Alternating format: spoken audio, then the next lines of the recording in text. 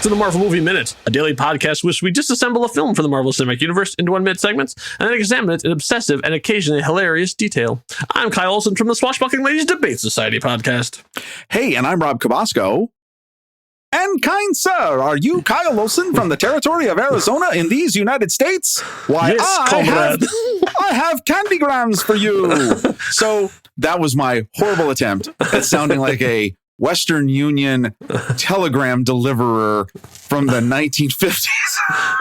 So what the heck am I talking about? Western Union, founded in 1851 as a telegraph business in Rochester, New York of the United States of America, has grown to become a global leader in money transfer, digital money transfers, the money transfer industry.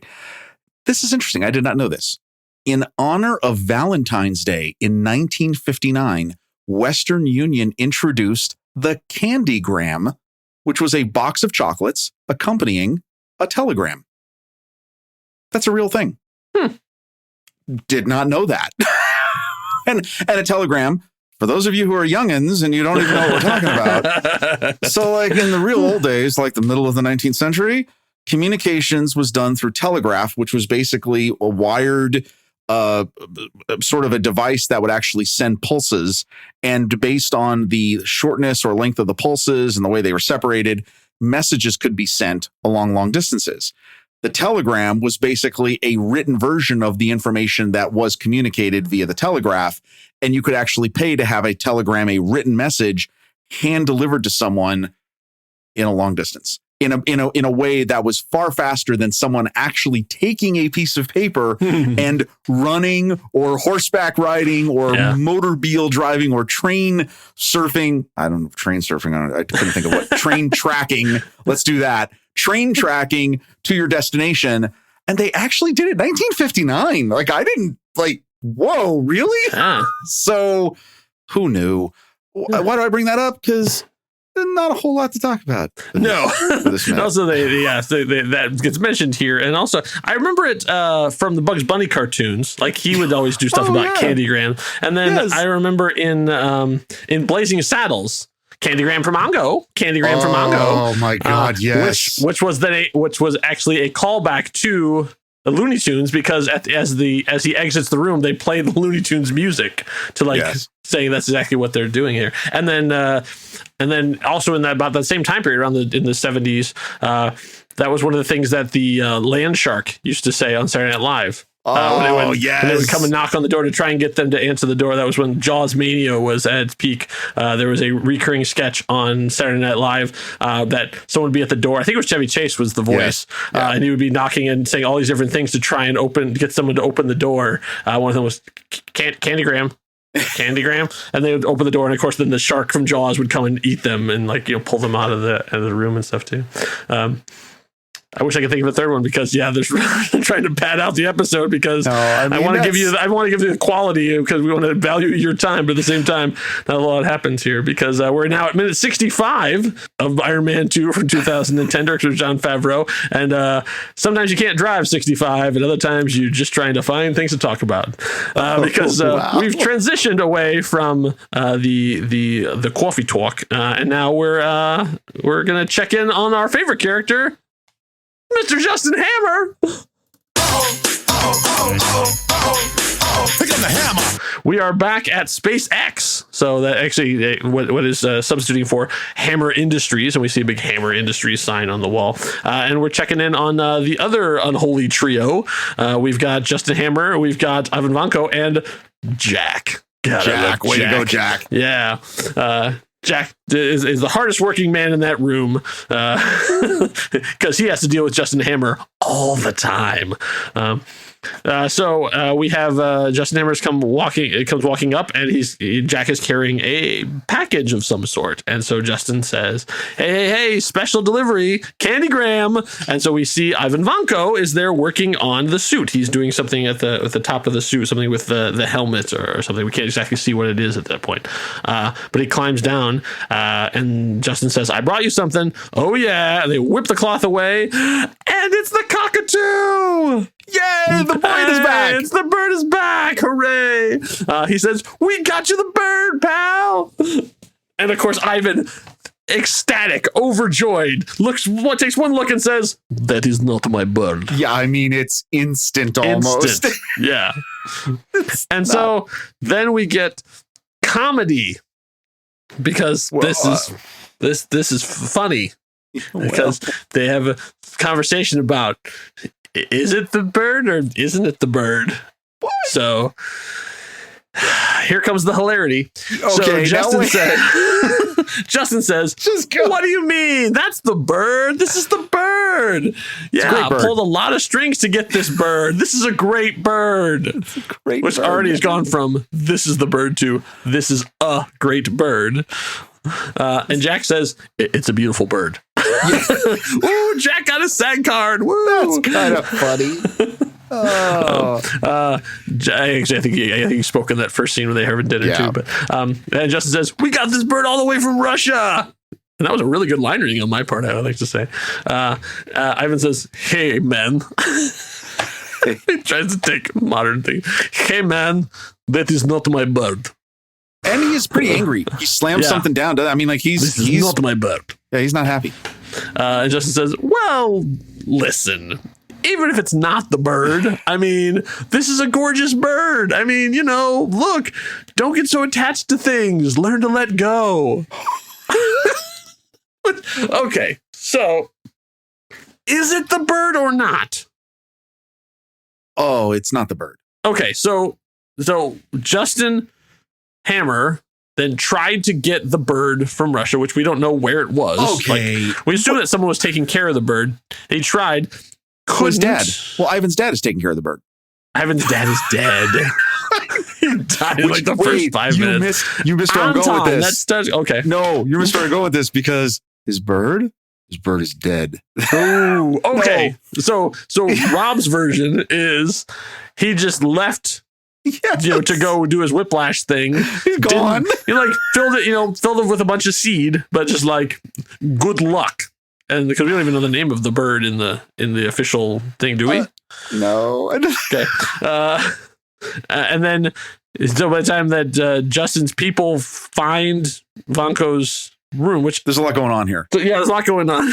Okay, so let's assume for this part of the conversation that Justin actually did what he was going to do. Okay. So he said, "Oh, this guy wants the bird. We'll get the bird. No problem." So he sends someone over. So he sends whoever works for Jack, basically another underling. "Hey, go to Russia, get this guy's bird." So he gets there and finds what? Oh, yes.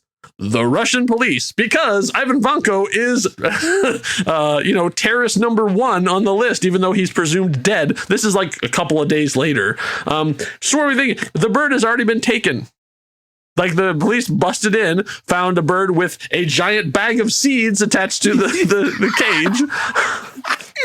And now it's been adopted by a loving Russian family, and now is living a happy bird life. He couldn't find him, so he goes, "Sorry, Mr. Hammer, I couldn't find him at all." The Jimmy Olsen of the MCU. "Sorry, I couldn't find him at all." So Justin's like, "Crap, Jack, get another bird. Make sure it looks just like the other bird that we found from the pictures." I don't know. I guess cockatoos kind of look the same. I mean, is that cockatoo racism of me? I don't know. No. So they found another one and tried to pass it off to be to try and keep Ivan happy.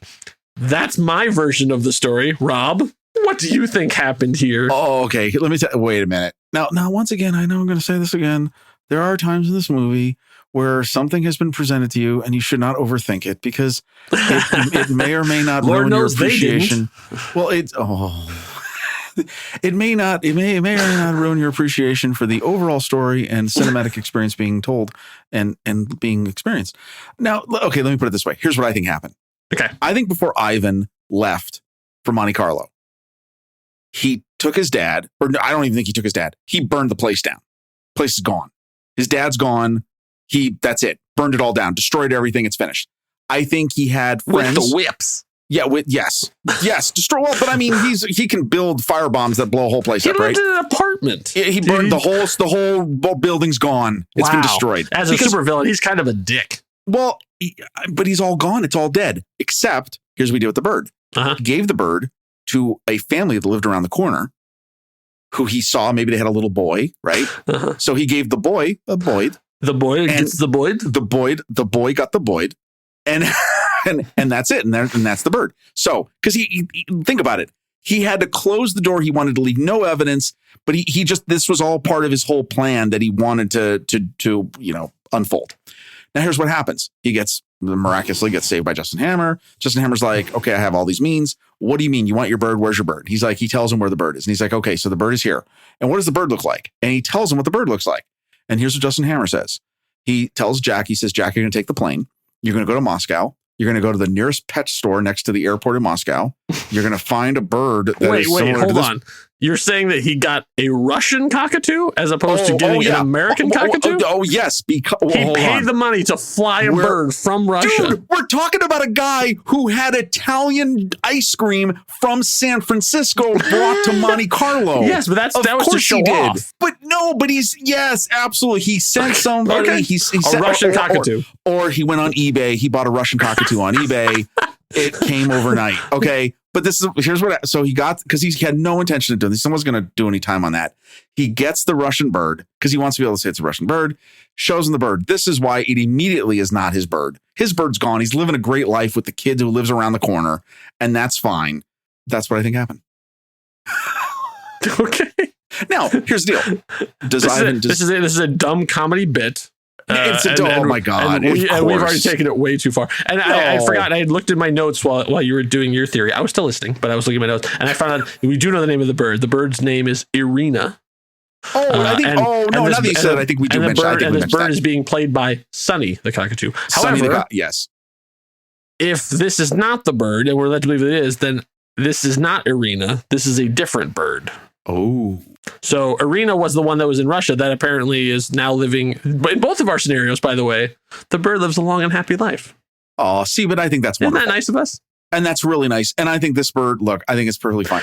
However, wait till you find out what the original fate of the bird was. Then it's gonna blow your mind. Oh, okay, wait, hold on, before you do that. That's a tease for the future. That's somewhere in the hundreds. Okay, fine. Yeah. Here's what I just want to say. Deleted scene. This is totally silly comedy, but I got to tell you, what makes it work? Sam Rockwell sells it. He takes a script that, yes, you would eye roll, and for some reason, he makes it awesome because it's him. So I don't know what to say. Yeah. I mean, but let's talk about the most interesting line. Don't get so attached to things. Learn to let go. And he says this like serious. And I do I love the nuance of Sam Rockwell. It is good advice. It's Jedi advice. Well, not only is it yes, but I love when he's saying it, how he transitions from the, hey, special delivery candygram. What do you mean? It's great bird. It's great bird. It's Russian bird. I got you this bird. He goes from that to, hey, just dude, chill. Whatever. Yeah, it's just a pet, man. I mean, whatever. Don't get so attached to things. Learn to let go. Spoken from a man who has a $10,000 suit. To a lot of things. Yeah. And is attached to many things. So yes. Interesting. Yeah. That's all. Yeah. I mean, I still love it though, because Sam Rockwell makes it all work. He does. His performance is still great because it's still Justin. Like, he tries 3 different approaches in the course of one conversation to try to do it, and none of it works because Ivan's not buying any of it. But then Justin notices something, and he says, "Wait a minute, Jack, what is that?" And he points at the suit that Ivan has been working on. Jack does not get the answer. I love the whole Jack, what is that? Jack doesn't know what that is. No, Jack doesn't know. But you know what that tells you, though, is that now the reason why I think that's there is it shows you a little bit of Justin Hammer's relationship with people. Yeah. Like, Justin Hammer likes to think that he has this close personal relationship with Jack. Yeah. He doesn't.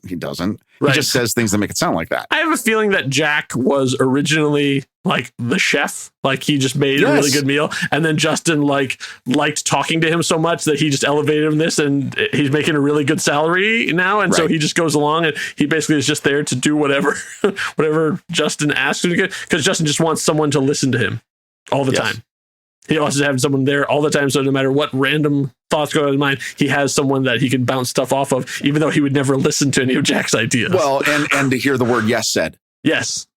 It's a good thing that the world is not populated with leaders like that. I know. Just to have sycophants following them around, just praising them all the time. I mean, fiction. Isn't it amazing? Just fiction. 2020. Oh, boy. So he says, he looks over at the suit. Remind you, what you're seeing is the Hammer version of the Iron Man suit. Right. And he says, that's not a helmet. What is that? And so he, as Ivan is getting acquainted with Sonny, I guess I'm just going to call him Sonny now because that's the cockatoo. I believe it was a male. Sonny 2? Yeah. No, Arena 2, but Arena 2 call Sonny because it's being played by Sonny. Yeah, he says, what is that? And so he climbs up on the gantry and gets up there and looks in, and he sort of gets in really close to the suit. And unfortunately, that's where the minute ends. So we actually don't get to find out what it is that Justin saw up there in that suit until the next minute. So what we can see, okay, I do also love this, though, again, Sam Rockwell's portrayal. We have him, he pulls this out, which looks some sort of robotic transmitter device that's been placed in the head. I love he pulls it out, and then he kind of is like going away, and then he's like, no, wait, I got to look inside. What's inside the suit? I just love that. A little moment of trying to tell you the story of, obviously, Ivan's got different ideas for what's going to happen. That's right. Just one thing to add about the set of this. So although, yes, we said it is at SpaceX, this is a different part of SpaceX than what we've seen earlier in the movie.